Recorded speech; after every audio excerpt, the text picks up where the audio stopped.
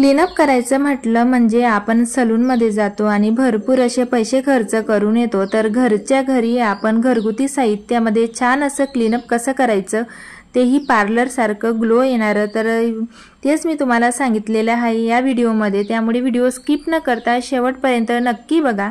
तर या ठिकाणी क्लीनअपची पहिली जी स्टेप असते ते म्हणजे क्लिंजिंग। तर छान असं आपल्याला क्लिंजिंग करून घ्यायचं आहे। तर माझ्याकडे सेटाफिलचं हे ऑइल फ्री क्लिंजर होतं, तर मी ते क्लिंजिंगसाठी यूज करते। जर का तुमच्याकडे कुठल्याही प्रकारचं क्लिंजर घरामध्ये नसेल तर तुम्ही कच्च्या दुधाचा यूज करू शकतात किंवा दह्याचा यूज करू शकतात। कच्चं दूध घ्यायचं, त्याच्यामध्ये तुम्ही गुलाबजल टाकून थोडंसं गुलाबजल ॲड करायचं आणि छान असं तुम्ही क्लिंजर घरच्या घरी यूज म्हणजे तयार करू शकतात। तर या ठिकाणी चला क्लिंजिंग तर मी करून घेतलेलं आहे आणि नेक्स्ट स्टेप असते ते म्हणजे स्क्रब। तर माझ्याकडे एम कॅपेनचं हे कॉफी स्क्रब आहे, तर मी ते यूज करते। तर माझी ऑइली स्किन असल्यामुळे मला जे प्रोडक्ट सूट होतात ते मी तुम्हाला दाखवते। जर का तुमची देखील ऑइली स्किन असेल तर तुम्ही देखील हे एम कॅपेनचे जे कॉफी स्क्रब आहे ते नक्की यूज करून बघा। जर का तुमच्याकडे घरात कुठल्याही प्रकारचं स्क्रब अवेलेबल नसेल तर तुम्ही कॉफी पावडर घ्या, त्याच्यामध्ये थोडी साखर ॲड करा किंवा तुम्ही त्याच्यामध्ये हनी ॲड करू शकता। जर का तुम्हाला साखर सूट होत नसेल स्किनसाठी तर फक्त कॉफी पावडरमध्ये हनी ॲड करा आणि त्याच्याने छान असं चेहऱ्याला स्क्रब करा। अप्रतिम अशी आपली स्किन स्वच्छ होते आणि डेड स्किन वगैरे सगळी रिमूव्ह होते। तर या ठिकाणी हे जे मी स्क्रब यूज करते याचे जे पार्टिकल्स आहेत ते अगदी स्मॉल आणि माइल्ड आहेत। अप्रतिम अशी याची स्किन आपली स्वच्छ होते आणि पूर्ण डेड स्किन देखील निघून जाते। ब्लॅक हेड्स व्हाईट हेड्स सगळे रिमूव्ह होतात। तर छान असं स्क्रब झाल्यानंतर मी फेस वॉश करून घेतलेला होता। तर आता तुम्ही या ठिकाणी बघू शकताय की स्किन पूर्ण स्वच्छ झालेली आहे, डेड स्किन सगळी रिमूव्ह झालेली आहे। तर आता तिसरी स्टेप क्लीनअपची येते ती म्हणजे आपल्याला फेस पॅक तयार करायचा आहे। तर फेस पॅक घरच्या घरी आपण अप्रतिम असा फेस पॅक तयार करू शकतो। त्यासाठी घरगुती साहित्यच आपल्याला आपल्या किचनमधल्याच वस्तू लागणार आहेत। तर या ठिकाणी मी बेसन पीठ घेतलेले आहे 1 ते 1.5 चमचा, थोडंसं चिमूटभर त्याच्यामध्ये आपल्याला हळद ॲड करायची आहे आणि कच्चं दूध घ्यायचं आहे। बॉईल केलेलं दूध नका घेऊ। जर का तुमच्याकडे कच्चं दूध नसेल तर मग फ्रीजमधलं थंड केलेलं दूध घ्या। तर थोडंसं याच्यामध्ये मी कच्चं दूध ॲड केलेलं आहे। आता छान असं आपल्याला हे मिक्स करून घ्यायचं आहे।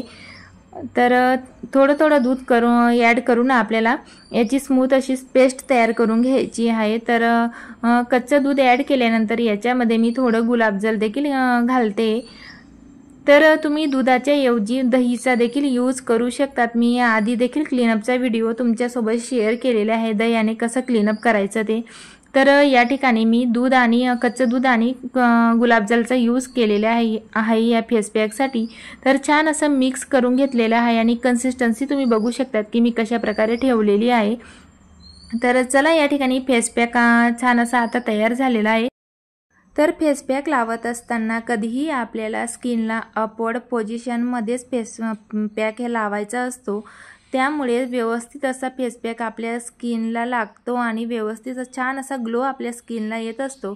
तर या ठिकाणी पूर्ण फेसला आपल्याला फेस पॅक अप्लाय करायचा आहे। आयब्रो आणि डोळ्या खालची जी आपले सर्कल असतात त्या ठिकाणी आपल्याला फेस पॅक लावायचा नसतो, कारण त्या ठिकाणी जसा फेस पॅक तो ड्राय होत जातो तसं ती स्किन ओढली जाते, त्यामुळे सुरकुत्या पडायची खूप जास्त शक्यता असते। त्यामुळे त्या भागाला फेस पॅक अप्लाय करायचा नाही। तर या ठिकाणी छान असा कपाळाला आणि पूर्ण चेहऱ्याला मी फेस पॅक अप्लाय केलेला आहे। तर या ठिकाणी तुम्ही बघू शकताय की मी डोळ्यांच्या खाली तेवढ्या भागात फेस पॅक लावलेला नाहीये। तर कधीच फेस पॅक त्या जागेवर लावू नका जर का तुमची सेन्सिटिव्ह स्किन असेल, कारण सुरकुत्या भरपूर जास्त पडतात त्यामुळे। तर आपल्याला 15 मिनिटासाठी फेस पॅक ड्राय होऊ द्यायचा आहे। तर 15 मिनिट झालेले होते आणि या ठिकाणी फेस पॅक डायरेक्टली आपल्याला धुवायचा नाही आहे। तर आधी थोडा पाण्याने हात ओला करायचा आणि पूर्ण चेहऱ्याला छान असं याच्याने देखील स्क्रब करून घ्यायचं आहे। पूर्ण चेहऱ्यावर फेस पॅक रब करायचा आहे आपल्याला, जेणेकरून सगळी डेड स्किन अजून जी आपल्या चेहऱ्यावरची असेल ती सगळी रिमूव्ह होईल आणि छान असा आपल्या चेहऱ्याला ग्लो येतो आणि पूर्ण स्किन आपली स्वच्छ होते। तर छान असं आता फेस पॅक चेहऱ्याला मी स्क्रब करून घेतलेलं होतं आणि स्वच्छ असा वॉश करून घेतलेला आहे। तर या ठिकाणी रिझल्ट तुम्ही बघू शकतात। तर आता सगळं क्लीनअप झाल्यानंतर आपल्याला गुलाबजल लावायचं आहे, कारण जे काही आपले पोर्स ओपन झालेले असतात स्क्रब केल्यानंतर, त्यामुळे गुलाबजल लावणं खूपच जास्त गरजेचे आहे। गुलाबजल लावल्यामुळे सगळे पोर्स हे लॉक होतात। तर या ठिकाणी छान असं क्लीनअप झालेलं आहे। तर रिझल्ट तुम्ही बघू शकताय की स्किन किती स्वच्छ आणि क्लीन झालेली आहे। तर कसा वाटला हा तुम्हाला क्लीनअपचा व्हिडिओ, तर मला नक्की कमेंट करून सांगा आणि व्हिडिओ आवडला असेल तर लाईक करायला विसरू नका आणि चॅनलला सबस्क्राईब देखील नक्की करा। बाय।